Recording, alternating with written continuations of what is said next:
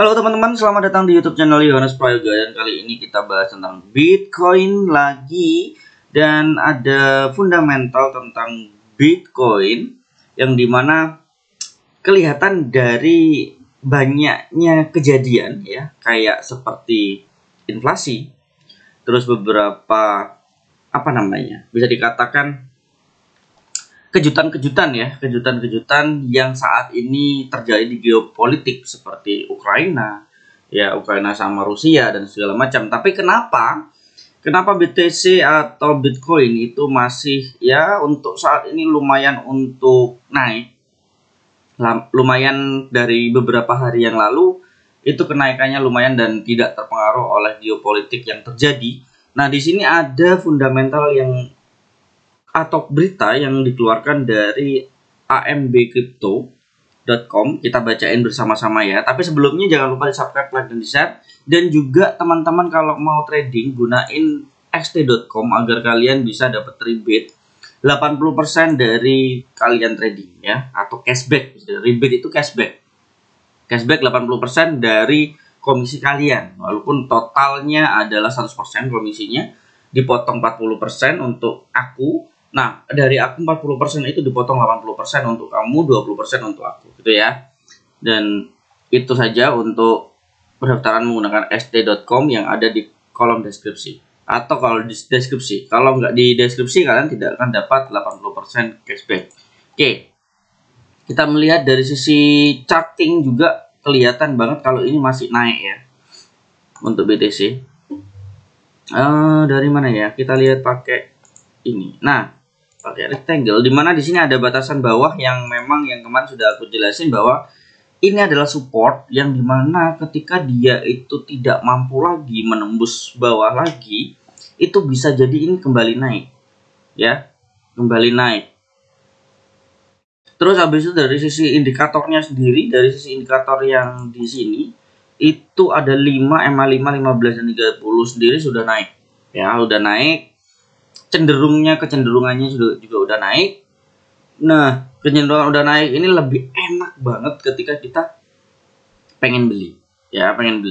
Jadi gunain XT dan daftarnya di kolom deskripsi ya. Oke, itu. Yuk sekarang kita lihat dari sisi fundamentalnya. Kuartal pertama 2022 sangat penting, terutama karena faktor ekonomi dan geopolitik yang sangat menekan pasar cryptocurrency. Namun, beberapa dari peristiwa ini juga menunjukkan potensi kejutan pasokan BTC di depan. Dengan pendapat ini dipegang oleh analis seperti Lark Davis. Ada beberapa faktor yang berperan.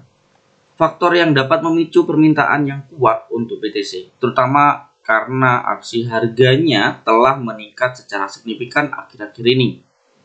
Walaupun nggak segila sebelumnya ya. Ini aja belum nyentuh all time high-nya, juga belum tersentuh lagi. Faktanya, salah satu tweet terbaru Davis mencatat bahwa negara, kota, bank, hedge fund, dana negara, miliarder, dan perusahaan tertarik dengan BTC atau Bitcoin. Istimewa. Jadi dari sisi negara, kota, bank, hedge funds, dana negara, miliarder, dan perusahaan itu sangat tertarik dengan Bitcoin saat ini. Dia percaya bahwa minat ini akan tumbuh pesat dan berpotensi memicu kejutan pasokan BTC. Pendapat seperti itu juga didasarkan pada anggapan bahwa institusi tidak lagi mengabaikan potensi BTC. Sudah banyak institusi yang masuk ke dalam cryptocurrency dan dia menginvestasikan keuangannya di dalam Bitcoin ya. Arus keluar pertukaran memberi kita pandangan yang sehat tingkat tentang permintaan yang telah dilihat cryptocurrency selama beberapa bulan terakhir. Sebagian besar arus keluar telah pindah ke dompet pribadi, berpotensi menunjukkan posisi jangka panjang. Arus keluar ini juga bertepatan dengan tingkat inflasi yang lebih tinggi di pasar global utama. Maksudnya adalah apa ya? Dimana arus keluar juga ini yang sini, sebagian besar arus keluar telah pindah ke dompet pribadi. Jadi gini teman-teman, kalau kita kan kebiasaan kalau beli di bursa XT atau bursa lain atau tempat-tempat lain untuk membeli cryptocurrency, kita beli di situ dan dibiarin, kan gitu kan, di tempat Di contoh aku menggunakan ST, aku beli terus aku biarin di XT. Kalau orang-orang yang punya uang atau dia memiliki dana yang besar, dana yang sangat besar, biasanya dia ketika sudah beli, dia dipindahkan ke dompet pribadi yang tidak ada di bursa, yang tidak ada di, ya intinya tidak ada di dalam bursa gitu ya. Jadi dipindah ke wallet. Biasanya ada yang berbentuknya flash disk, ada wallet yang nantinya ya intinya di luar bursa deh gitu. Jadi ketika dipindah seperti itu biasanya menggambarkan bahwa banyak investor atau mereka yang membeli BTC itu menyimpan dengan waktu yang lama. Ya, jadi bukan scalping, bukan mid term gitu, enggak. Biasanya disimpan, dibeli, disimpan dan ditunggu sampai waktu yang lama. Tuh, ya. Terus mengapa inflasi mungkin menjadi kontributor terbesar untuk kejutan pasokan? Inflasi sejauh ini merupakan celah terbesar dalam sistem keuangan tradisional seperti rupiah, seperti dolar, seperti pound sterling. Nah, itu adalah keuangan tradisional. Ini telah terganggu oleh tekanan ekonomi yang memaksa Federal Reserve. Federal Reserve itu adalah bank sentralnya US ya teman-teman, untuk mencetak lebih banyak uang selama pandemi dalam upaya untuk merangsang ekonomi. Sayangnya, membersihkan kelebihan likuiditas itu menjadi tantangan dan menyoroti kebutuhan uang sehat yang kebal terhadap inflasi.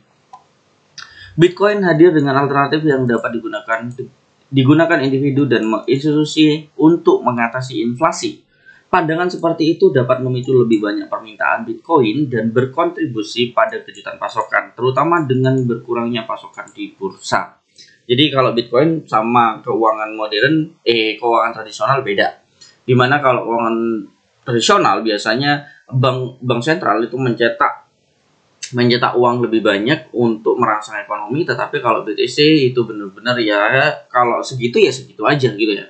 Jumlah total segitu ya segitu aja, tidak bisa lagi untuk dicetak, tidak bisa lagi untuk ditambah, yang ada malah berkurang karena ada perpindahan dari wallet, ada yang di burn, ada yang ya segala macam cara untuk terjadi di situ. Jadi masyarakat lebih percaya dengan yang tak terpusat gitu ya, nggak kena sensor pemerintah intinya gitu.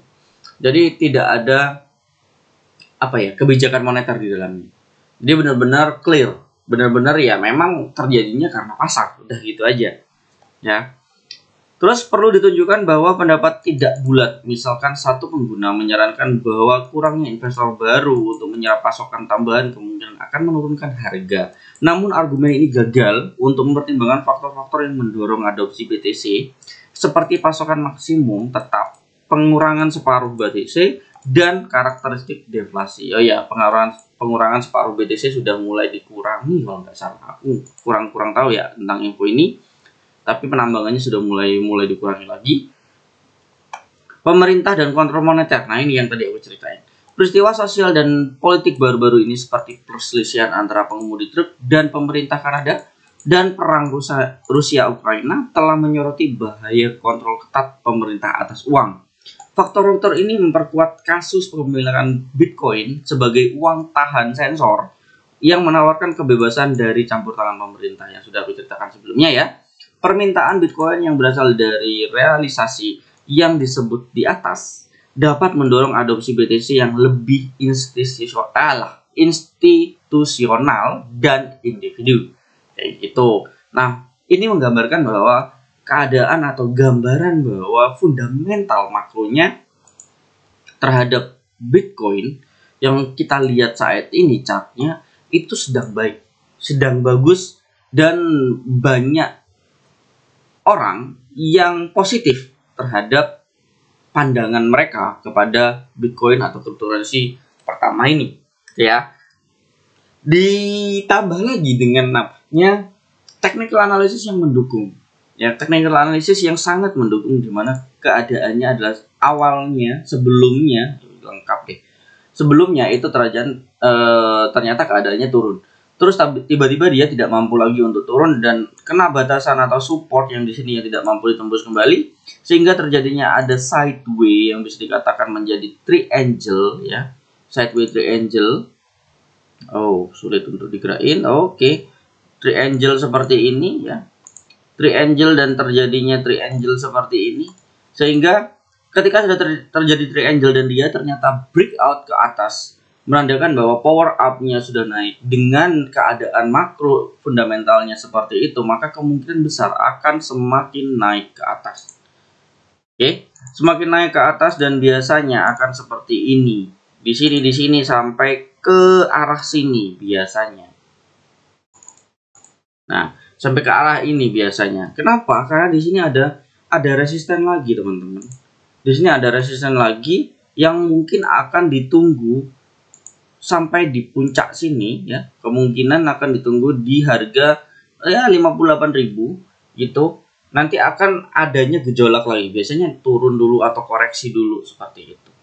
Jangan lupa kalau teman-teman udah sesuai dengan apa yang kalian juga analisa dan sama seperti kalian analisa dan kalian yakin untuk membelinya, walaupun analisaku belum tentu benar, kalian bisa analisa kembali. Terus kalau memang sudah yakin banget mau membeli BTC atau menyimpan namanya Bitcoin, jangan lupa gunakan ST ya, yang ada di kolom deskripsi, link yang ada di deskripsi untuk mendaftar xt.com agar kalian dapat 80% cashback-nya.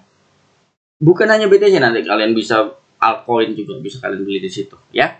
Gitu aja yang bisa aku sampaikan untuk hari ini, hari Senin, biar wawasan kalian nambah dan wawasan aku juga bertambah juga pastinya. Terima kasih banyak. Jangan lupa subscribe, like, dan di-share ke teman-teman yang lain. Saya Yohanes Prayoga. Happy trading dan happy investasi. Bye bye.